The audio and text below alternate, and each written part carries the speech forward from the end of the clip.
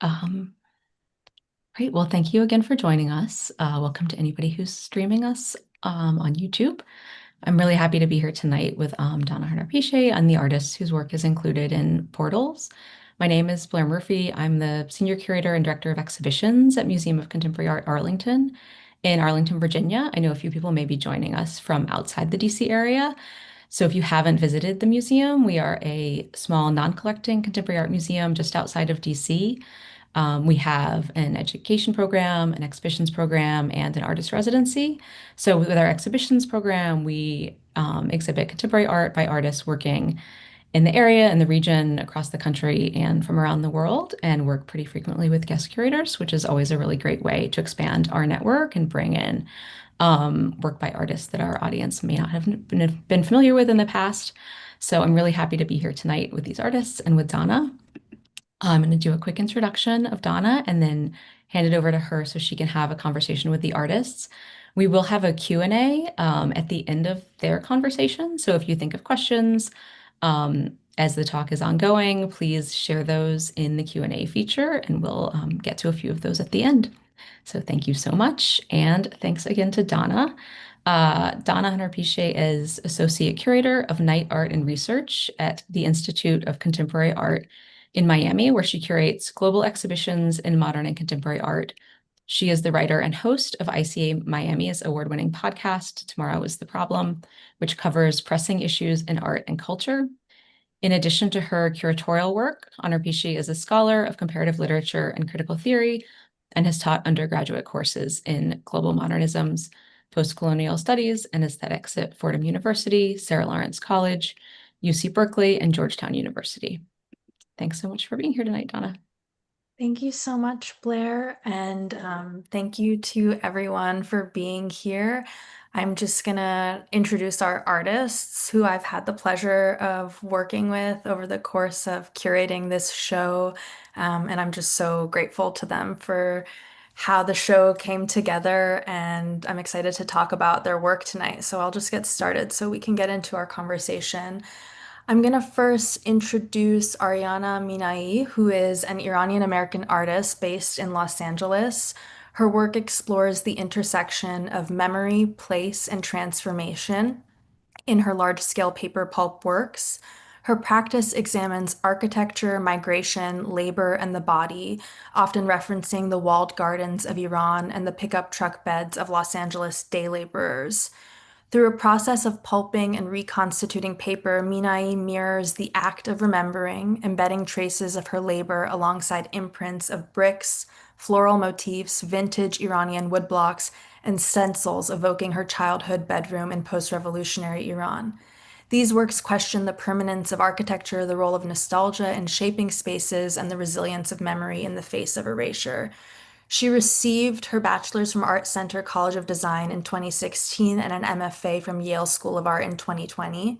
Selected solo exhibitions include Tara Downs and James Fuentes in New York, Nazarian Curcio in Los Angeles, and group exhibitions in Murmurs Gallery and Craft Contemporary Museum in Los Angeles and the Benton Museum of Art in Claremont, California.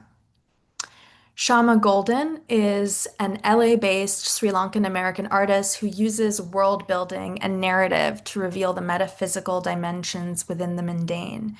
Her work is drawn to the potential of figurative art to explore the constructed nature of identity and social performance. She has exhibited at the Museum of Modern and Contemporary Art Sri Lanka, Jeffrey Deitch Gallery in New York and Los Angeles, and Mickey Mang in San Francisco. Her work is held in international public and private collections, including the permanent collections of the Los Angeles County Museum of Art, Dangja Art Space in Beijing, and the Craig Robbins Collection in Miami. And last but not least, Aiza Ahmed is born in Lahore, Pakistan, and lives and works in New York. She is an interdisciplinary artist whose practice encompasses painting, drawing, sculpture, installation, and video to contend with notions of borders, migrations, public histories, and private archives within diasporic identities originating from the Indian subcontinent. She earned her BFA from Cornell University and received her MFA in painting from the Rhode Island School of Design in 2024. Her work has been exhibited internationally, including a recent solo booth at Spring Break Art Show in New York and a two-person show at 12 Gates Arts in Philadelphia. She has exhibited in group exhibitions including the RISD Museum, the Flag Art Foundation, Herbert F. Johnson Museum of Art, Ithaca, um, the Art Gallery in Karachi, Pakistan, among others. In 2024, she was selected for residencies with the William Kentridge and Center for the Less Good at Brown Arts Institute and the Macedonia Institute. She is currently artist in residence at Silver Art Projects in New York City. So I'm really happy to be gathered here to talk about the idea of portals and how that connects to all of your work. I'll give a little overview of how I was thinking about the concept and why I was drawn to your work. So, for me, a portal is really a liminal space. It's an intermediary space. It's a channel between worlds. It captures this idea of the not yet, the possible, the hidden. And I think so much of your work touches on these things, things that are both invisible, possible, not yet born, reimagining multiple worlds.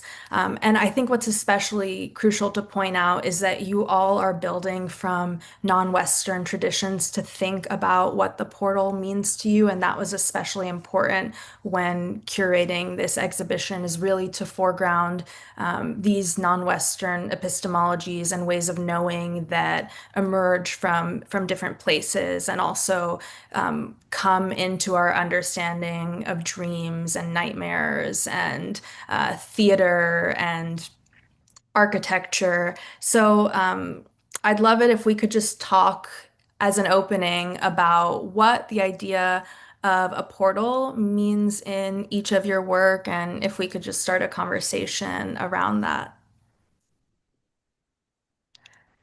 Maybe we can start with Ariana. I can totally go first. I mean, I was joking earlier about how everything is a portal, and sort of like the more I think about it, the more I really do feel like, you know, our body is actually even a portal. Like, our DNA is sort of like a portal into our ancestors and, traditions and culture, and even just like the way that we move and act today, I think comes from all of that influence. But for me, I think I started thinking about the idea of a portal when I was when I was becoming more interested in the idea of dreaming and sleeping. And there was like a point in my life where I felt like dreaming or sleeping was a lot better than just being awake. And I think it made me think about, how do I grasp this like very like sort of, I don't know, like sad thought.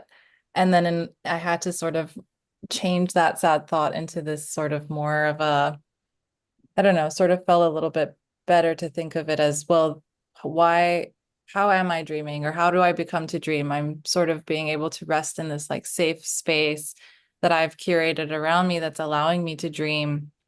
And then these dreams are actually like world building. It's sort of like an unconscious imaginary place. And then I was very influenced by this artist, Alejandro Cartagena, who had these sort of like aerial views of truck beds here in LA over a bridge that he photographed. And it was day laborers sleeping, sort of, perfectly fitting in this like truck bed. And then I started to think more about like the Iranian day beds, the takhts that we had in, in outdoor spaces where we sleep and rest after a day of labor. And so, yeah, I don't know, a lot of the pieces actually took shape of this truck bed or this day bed. And I started to think about, making spaces that are portals, like making these like actually built up portals. So some of them are doors, gates, and really like entrances to these portals for myself. But then I think in another way where I was like, everything is a portal, I started thinking about the tools I was using, and these, old wood blocks that were carried or, given to me by friends that were, sending them to me from Iran, and not sending them directly from Iran because you can't really like ship things. So it was going from like a friend to an aunt to like a sister to like another, like someone's niece. And it was getting carried all of this way to me to like make these pieces. And so when I finally received these objects, I'm like, this is a portal. Like this has like so much memory, and it's gone through different hands, and it has its own journey. And now I'm adding this into this like world building. But yeah, I think that I just think of these portals as like not really places. I think it's a tool. I think the portal that I'm creating with the works are really a tool to sort of understand my own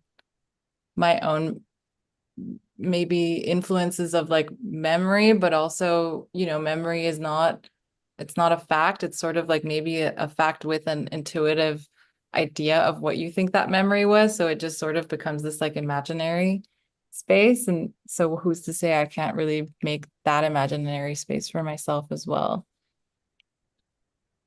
Wonderful.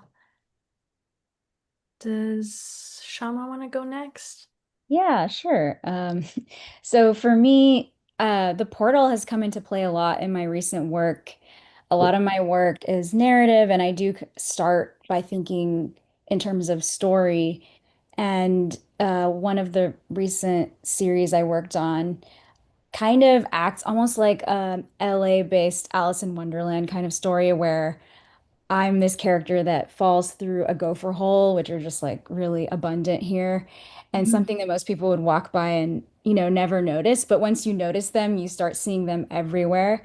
And I wanted to think about that as a potential portal and where that would lead to. And like I wanted it to go into the subconscious, so that would be a way to enter a new world and start telling a story there. And I think for me, a lot of times the portal could be just to another part of the self that may not have been available to you before. Kind of like when you have a dream and you go into this room that you've never seen before, you have like more space in your home. I wanted to use that framework to start telling the stories in the paintings. That's great. Aisa? So I've been thinking about the idea of portals in many different ways. I want to say starting off like as a geographical border. Um, a lot of the work that's on display is part of my ongoing exploration of the Wagah Atari Pakistan-India border ceremony that takes place every day and has been since 1959. So, wanting to think about that physical line, that border that was drawn by the British, back in 1947, I think, takes you back in terms of geography, historical context. And then someone like myself who has been born in Pakistan, but then moved around from London, Dubai, the US, for schooling, it's just a lot of kind of thinking about these different places and how they make you a whole, right? Kind of belonging to multiple places at once and what that looks like. Also thinking about it in terms of temporality. So by referencing the 1947, partition between India and Pakistan, and its ongoing legacies into the present day, but also other partitions like 1971, when Pakistan was then divided between East and West. East being present day Bangladesh and West being present day Pakistan, which is where I'm originally from. And then the kind of ancestry that comes with that. I have my paternal roots in Bangladesh, maternal in Pakistan. And so there's just so much to uncover and excavate through oral interviews, through research, through readings and films. And so kind of time is something that I'm thinking about as a portal. Um, I think more relevant to the show also is the idea of theater and staging and performance. I love, Shama, when you talk about social performance like that. I think, we're all kind of masking identities. And so I'm super excited about these border guards who are, daily between India and Pakistan, who have this kind of performance of nationalism, militarism, a hyper-masculine space, thinking about architecture, and Ariana, where you were talking about kind of these gates and doors. There are physical gates, right? And this little no man's land in between where you can see the other side and thousands of people cheering as spectators, but you can't physically cross that boundary. So I think theater, and then lastly I'm thinking about the psychological portal.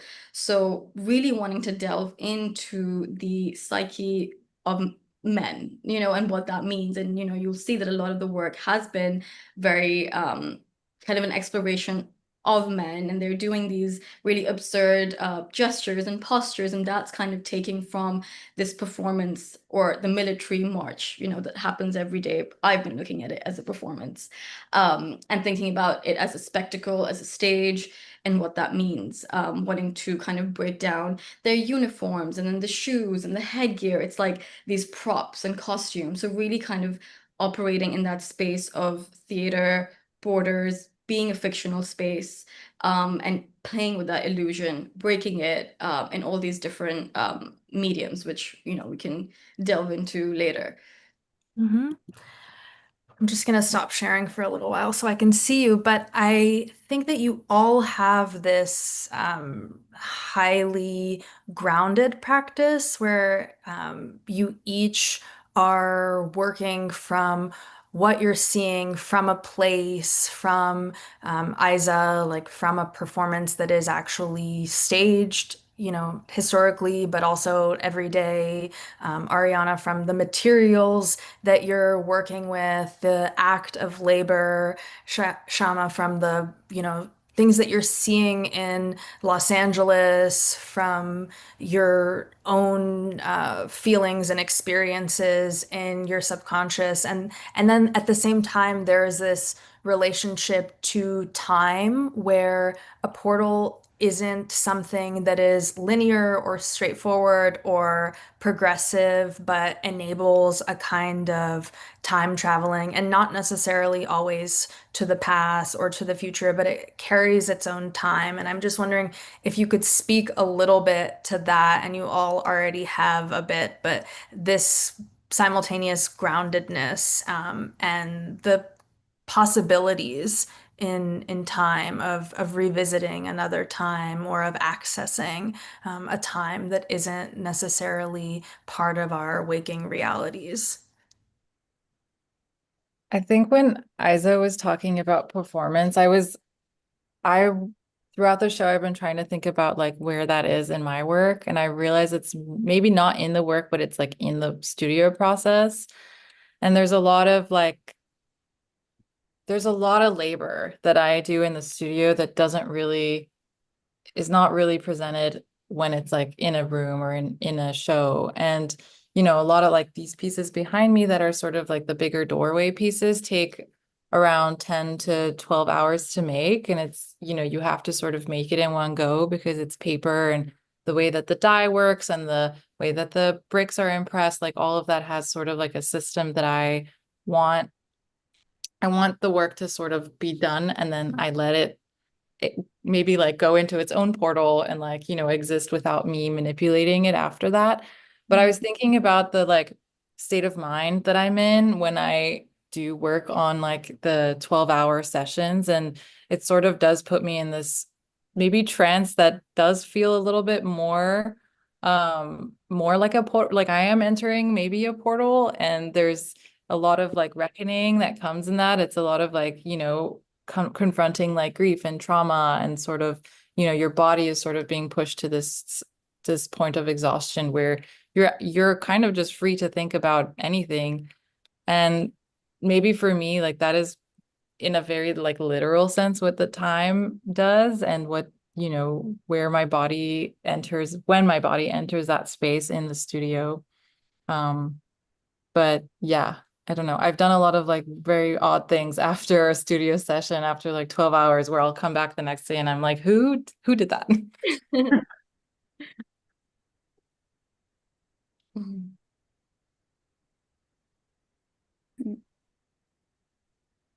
Yeah, I mean, I guess there's something about memory that feels like a memory and our own projections of the future that can feel like a portal.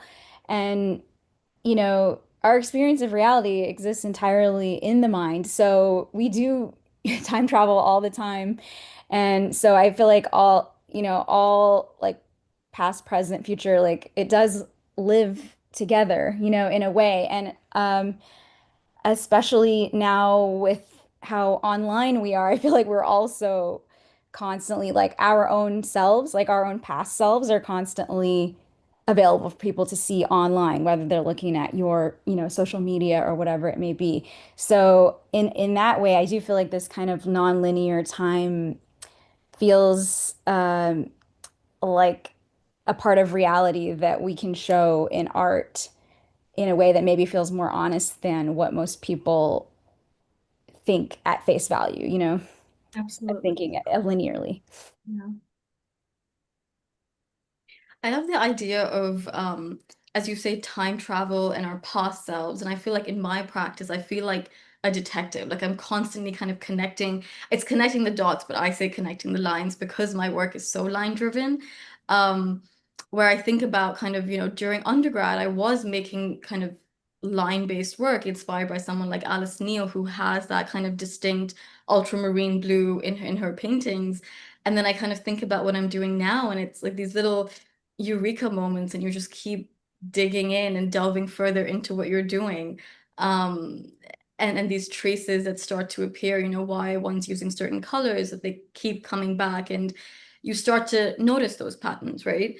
Um, yeah, I had multiple thoughts, but I'll leave Yeah. it at Well, I think in your context, I think about, the line that you draw as something that's malleable and flexible in contradistinction to the border, which is very rigid and fixed. And so there's a way that by paralleling those two things, then you're able to approach a historical moment or a violent past in a new and imaginative way, and to imagine an alternative future. Um, yeah, wondering if you have. Yeah, no, no, absolutely. And I think the line, and maybe we can kind of segue into process a bit more, but Yeah. I would say my practice is really rooted in drawing, right? In the line. And it started off as blind contour. So thinking about what it means to really engage in looking at a subject and kind of letting my hand just unfurl kind of continuously, and these distortions that start to happen, and kind of then peeking through the periphery. And I think that process has really helped me and kind of amplified in my sculptures and my paintings, and kind of what that means. Um, what does that loss look like? Thinking about ancestors and kind of, how they had to surrender and kind of just leave home to make a new home, and what that means. So I think there's a lot in that line, and it's wiry, it's in motion, it's not static, and I kind of allow myself. So kind of Ariana, when you were talking about you kind of feel like you're in a trance, or you're kind of performing almost like this ritual. I sometimes just put on really loud music and just allow myself to dance, and that energy through the music then just gets conveyed through my hand, and it's leaving that raw drawing. Like I don't like to go and edit and kind of clean up whatever I've made. It feels like like a vessel. I think that's the word that I really think about with a lot of our works. Yeah, I'm excited to hear if you resonate with that, both Ariana and Shama. Well, just back and going into process too, I think that there's so much in Shama and Ariana's work also that is tied to, for Shama, it's like the intimate inner world that we don't typically have access to. And then there's all these things that are also still invisible, even beyond what we do see. With Ariana, there's such a, you know, embodied presence. I think when you see the works, you can't fully apprehend how much of your physical body has gone into them. And I think that's also testament to the materials that you're working with, and this reference to architectural objects, and how much of, the physical embodied experience is perhaps repressed from what we see in the final product. So I'm wondering if you could speak both of you, to your process and what goes behind what we see. Yeah, I can start. I think my process does start with this kind of backstory. So I like to have this whole lore that nobody will ever know. But in the way that, you know, I guess like screenwriting would work or something else, like a good character needs to have a huge backstory, even if no one will ever hear about it. So I enjoy that part. And I like to think about this whole larger world. And then I create these vignettes to slowly reveal that world to the audience. And I'm painting, but I start with kind of like storyboards actually, with these like thumbnail sketches of the images in series, so I can think about how that will be received in that particular order when it's in an exhibition.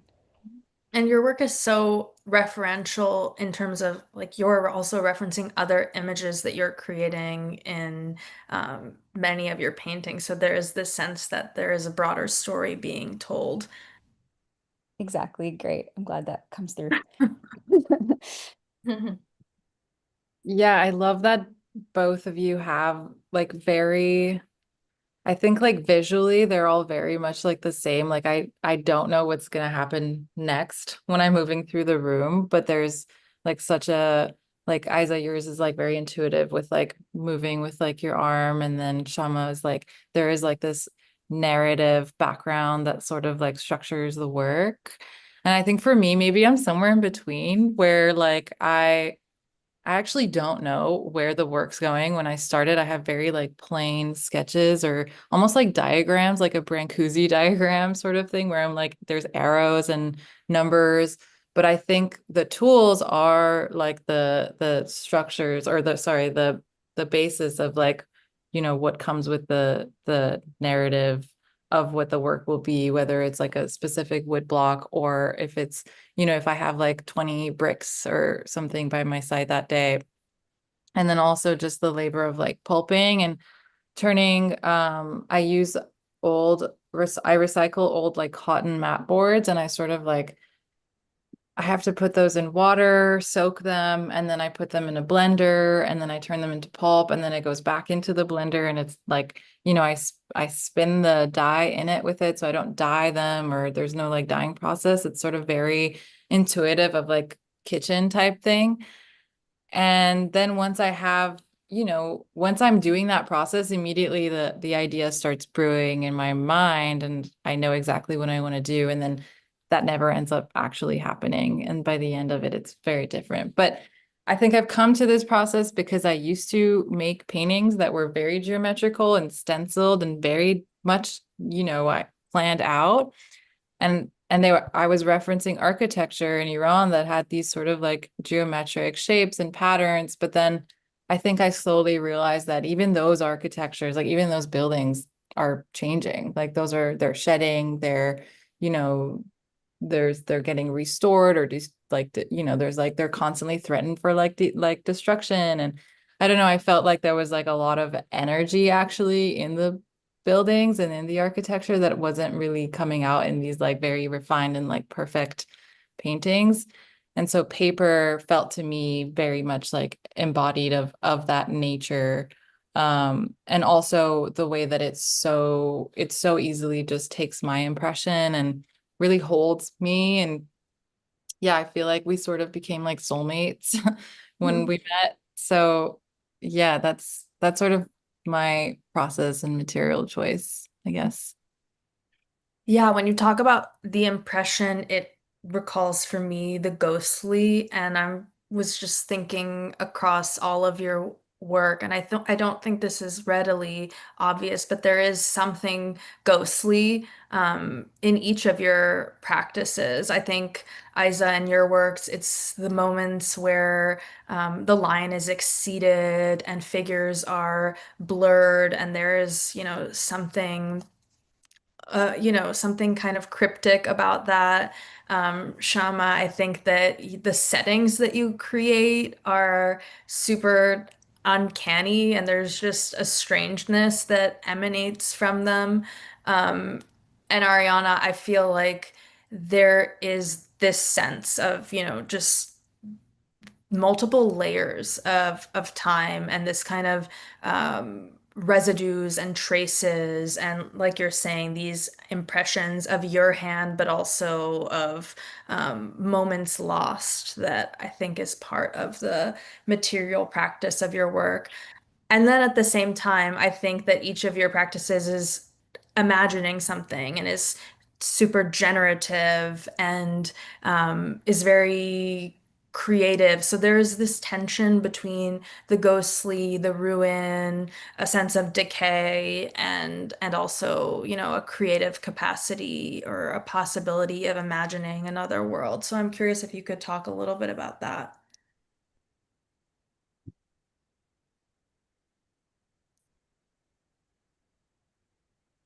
Who wants to say stop?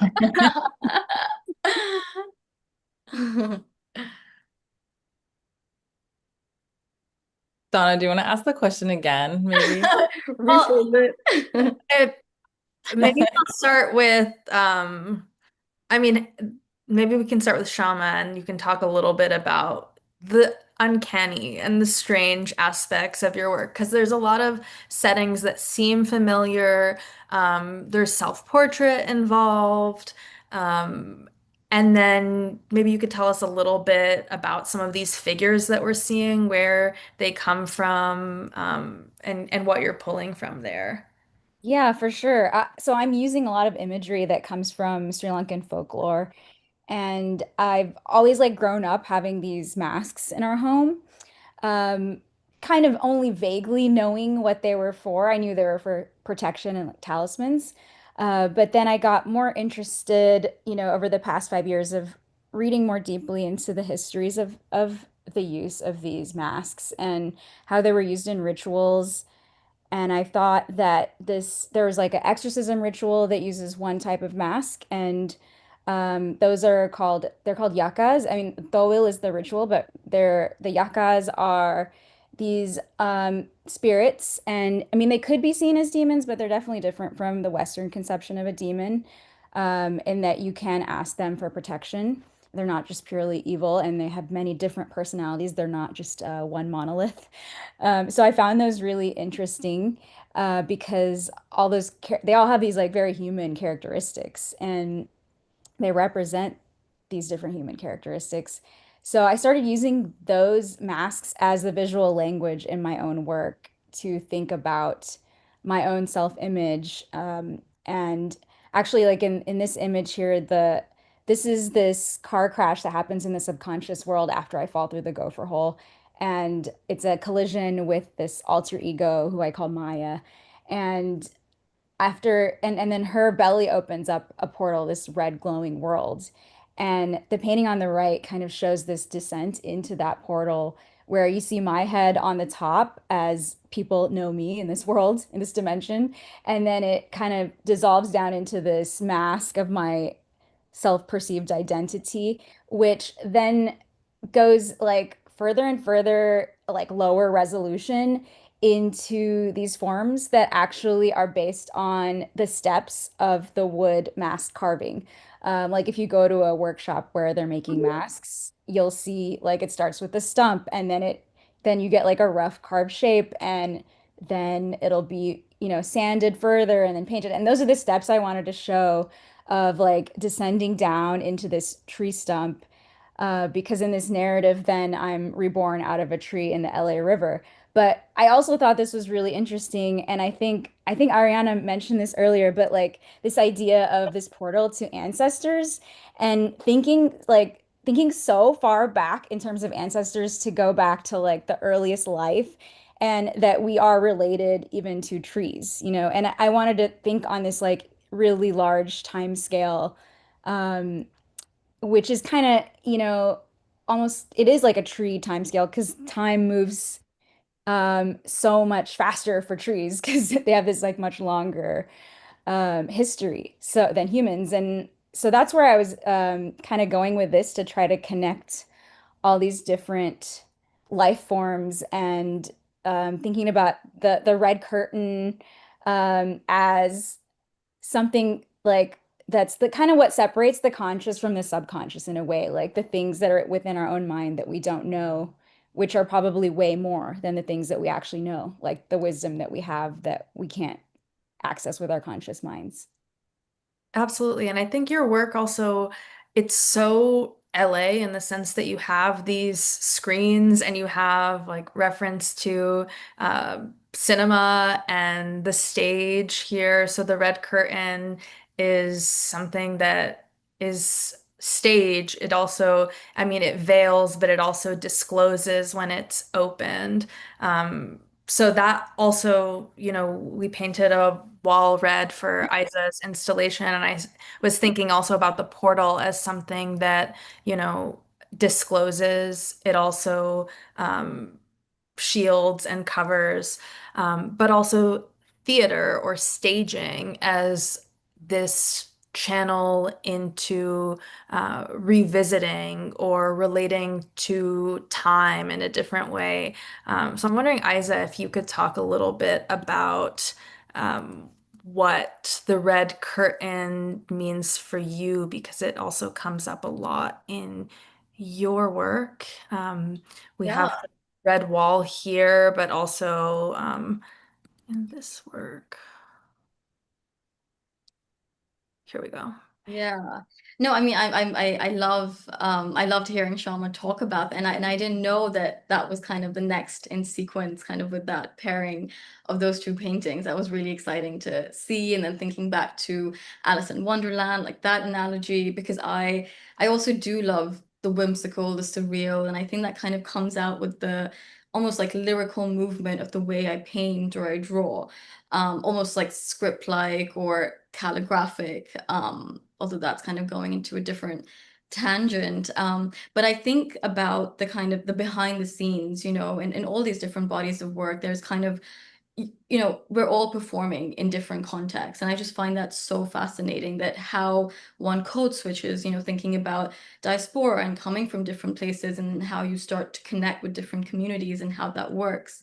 Um, but the language of costuming and props and if we go to maybe the wood cutouts, thinking about how, that they're hollow, I kind of carve them with my power tools, this kind of very male dominated materials such as wood, but this role reversal that starts to happen, and kind of reclaiming that kind of gendered tradition in a way, but then they don't have backs, so you can, thinking about how you can kind of walk around in other installations I've shown, you can see the backs of these cutouts.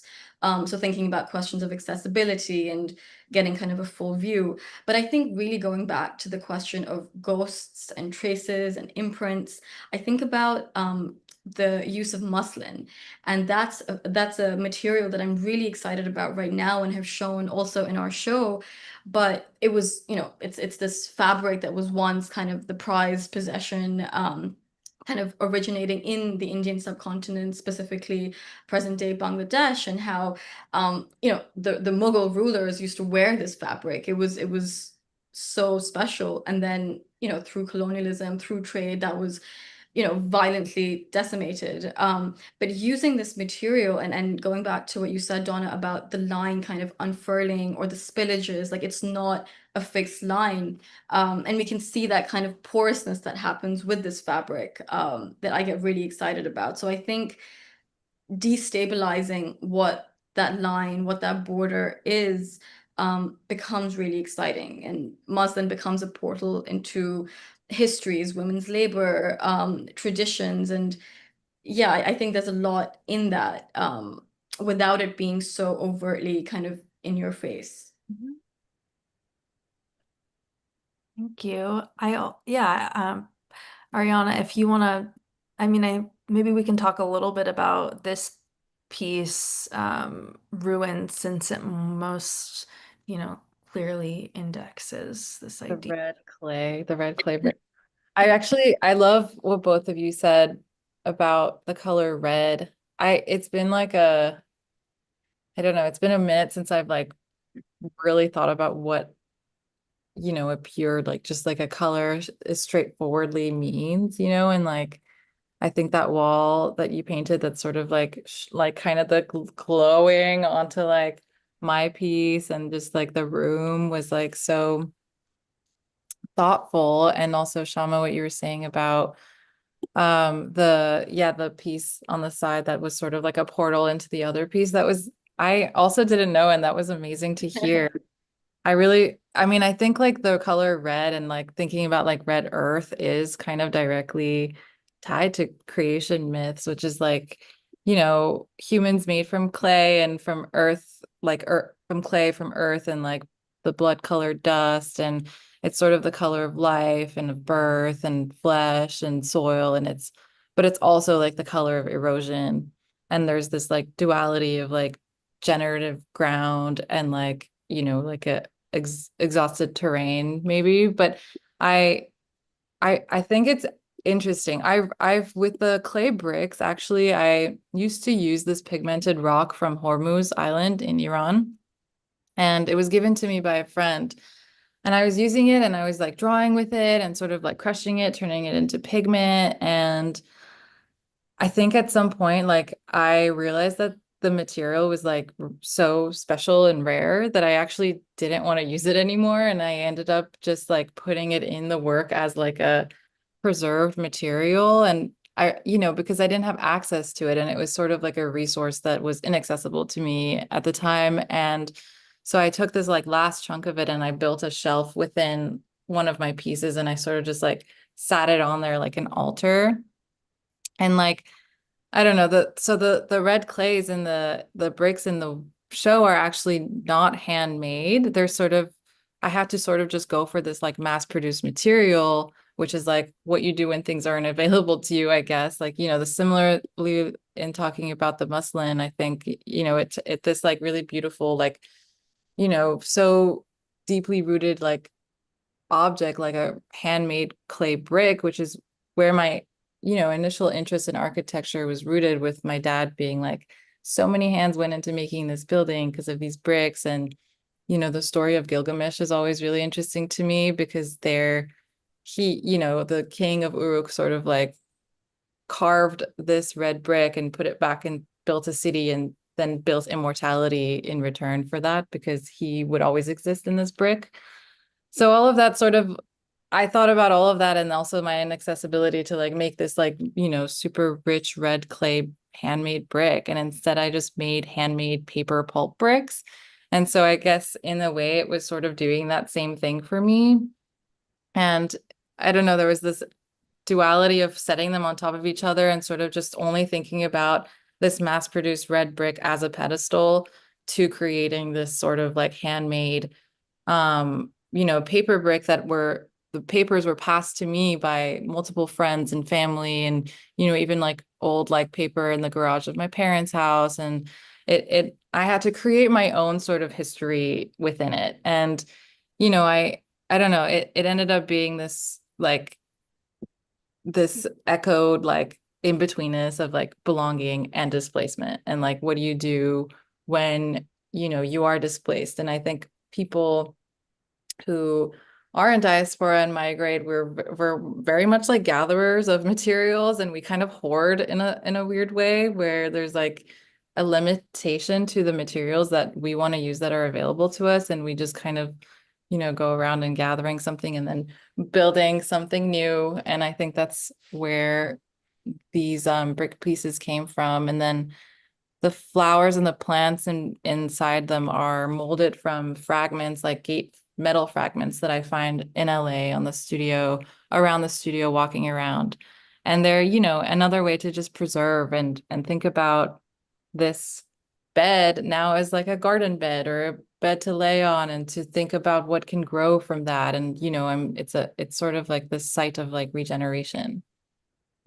I wanted to add, you know, because our works are kind of in conversation, this idea of care and material and weightedness and groundedness. You know, it's so interesting to see kind of my wood, that's really heavy material, kind of juxtaposed with like the fragility of these paper pulp bricks, you know, and And I didn't know that initially, you know, until kind of hearing you talk more about that was so exciting. Again, this idea of masking also kind of, you know, you want it to perform like this very sacred brick, but it's, you know, it's your Yeah, own version of that in a way. totally. And then I was also thinking about kind of my soldiers almost kind of choreographing or in a procession into your darwaze, like into your gates, like, you know, around the room. And that image has really stuck with me, and I'm excited to kind of build off of that in the next body of work. Um, yeah, I was excited about that. Well, we could go on, but maybe we I know, should I'm like open up thinking, to So many ideas. and yeah. unless is there anything that any of you want to cover before we open up to questions? Um, I don't know. I have so much that I want to say, but I feel also like we've covered a lot. Great. Well, we have some questions here from the audience. This is Blair. I'm just going to hop in and share those with you guys. So we have a question from Cheryl. She asks, were you familiar with one another's work before the call tonight? It also makes me think about it. Were you familiar with before the exhibition? And if so, did you feel any similarities or connections?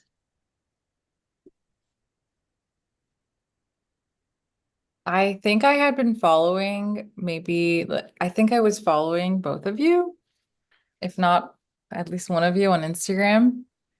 But you know, you don't really think about the way that your work would feel next to each other until really it is.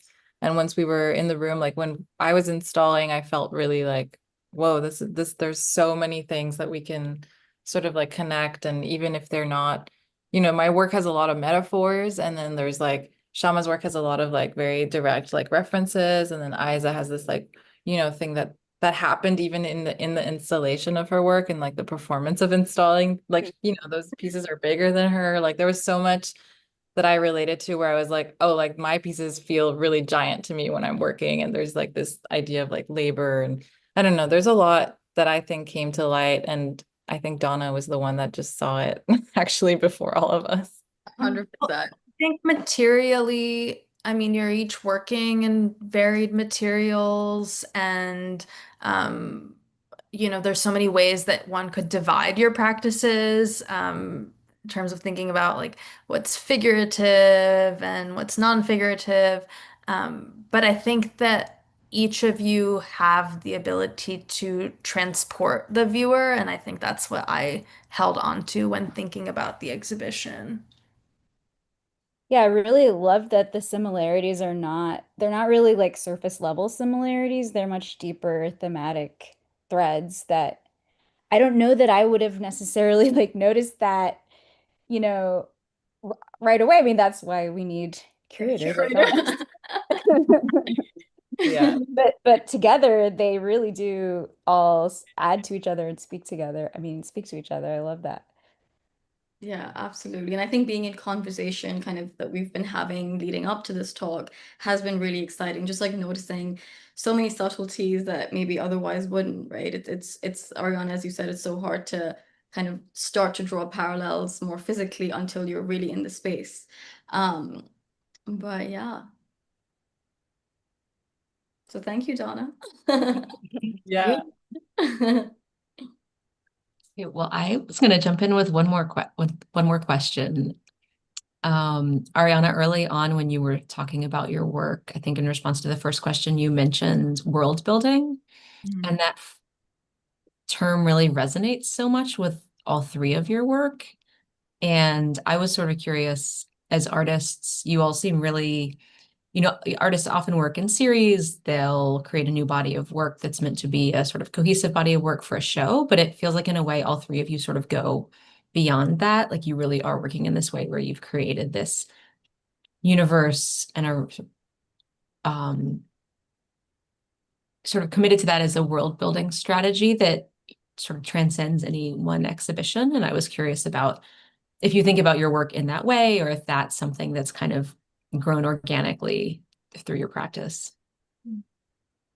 I feel like artists become artists because they're like resisting a current reality or something. Like we see something and we're visualizing something that could replace it. Maybe, I don't know. For me, it feels like I always work as a form of like resistance. And like maybe even like some of the work more directly are like based off like women-led revolutions in Iran, or like, slogans of protests and things like that. And I think, I don't know, I think I lost my train of thought, but I think world building.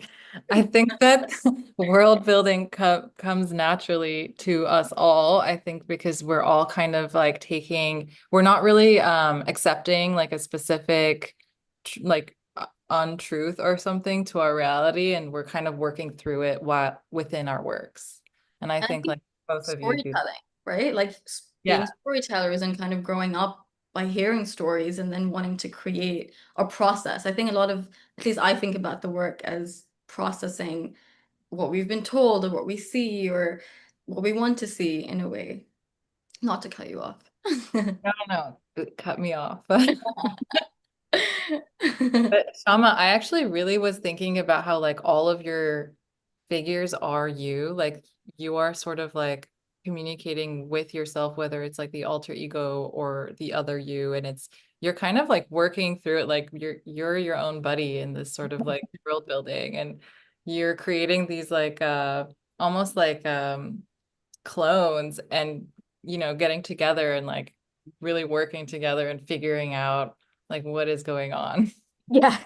Yeah, they're like different aspects I feel like we all have, like you might like on a simplistic level you may stereotype someone or see them as a certain type, but in reality we all have all these different aspects that are battling each other. And I thought by painting I could kind of show the reality of that in a way that's kind of hard to see with your eyes, in the real world. I feel Yeah. like these symbols help, help make sense of the world. Mm. Yeah, no, I would, the way that you represent yourself in these multiplicities, like sometimes you become the demonic force, or there's this you're battling yourself or you're helping yourself. I just find that like being able to develop that kind of multiple, it's not a conventional sense of self-portrait, but it maybe is more accurate of how we are as humans. Which I think also ties into the idea of performance, right? And we're performing in so many different contexts in so many different ways. And I love that you're actually doing that and you're kind of thinking through and with yourself, um, and confronting that and allowing yourself to play and just create worlds. And yeah, I love that. Oh, thank you, Liza. I mean, I like always was really impressed by how you could take something so serious, and with this history of violence, but like make fun of these characters that take themselves so seriously. I think it's like the perfect treatment. It's like the only thing you can do with a situation like that, I think, is to be able to see the human comedy. I love that. That's so Yeah, spot. And I yeah, feel yeah. like I didn't get to talk about the kind of the idea of humor as well in the work. And I think it's kind of this lightheartedness, right, to talk about heavier subject matter. And I think it really started from those blind contour drawings where these distortions started to take place. And I've always been very interested in the idea of satire and caricature. I was actually home in Dubai recently and I found like caricatures that I had made from when I was like 10 years old. So I'm like, the line really go, talking about being a detective, like it was there, like the roots. So that was a big eureka moment. But using kind of satire, thinking about the kind of absurd movements, operating in a space of performance and staging, I think allows people to kind of connect and then just want to know more. Like, why are they kind of kicking like all the way up in the air? Or why are they 8 feet tall? Or, the mustaches. So I think going back to your idea of symbolism also becomes exciting and coding things. Yeah.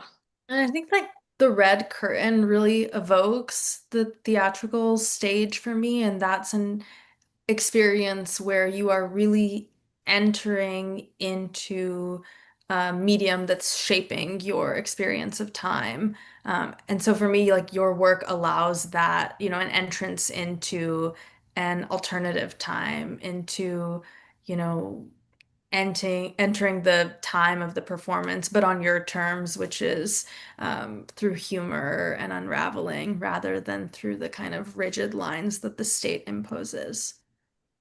Absolutely. Mhm. Well, I Do we have more questions? don't know. Blair, do we have any more questions? Maybe one more final last call for questions from the audience. I think that was the last one. But thank you so much, everybody, for joining us. Thank you to the artists. I'm gonna hop back in to say a proper goodbye and also to make sure that we plug for everyone that Portals is on view until September 7th. So if you live in the DC area, if you are in the DC area and you haven't had a chance to see the show, you have until September 7th. So please come and see the work in person. It's a really beautiful exhibition.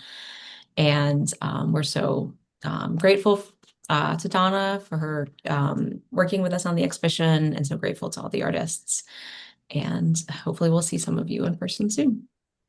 Yes, wonderful. Thank you so much, Blair, and thank you, Isa, Ariana, and Shama as well. And thanks Thank you. everyone for coming. Thank you. Yeah. One. Okay. Have a good night, everyone. Night. Take care. Bye.